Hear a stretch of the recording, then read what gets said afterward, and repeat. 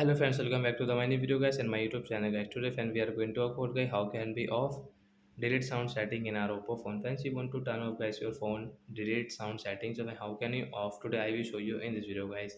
So before starting video friend, first of all go and subscribe the channel guys, click the bell icon and like the video. So friends, now let's see guys how can we turn off delete sound setting in our Oppo phone guys. So once you want to off your delete sound, you can off in your Oppo phone. Guys, open your phone setting, guys. After on phone setting, guys, scroll it. Once you can see this type of settings, so when you will have to come in, guys, your sound and vibration, guys. Tap here, then guys, scroll it. Once you can see, guys, your more sound and haptic setting, guys. Tap here.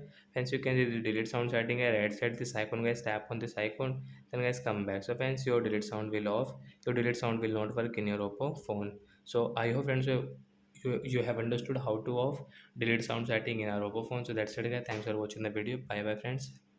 Do you have any doubt guys related to guys your sound and vibration setting guys, you can ask me in comment section. I will check, I will help you. Bye guys.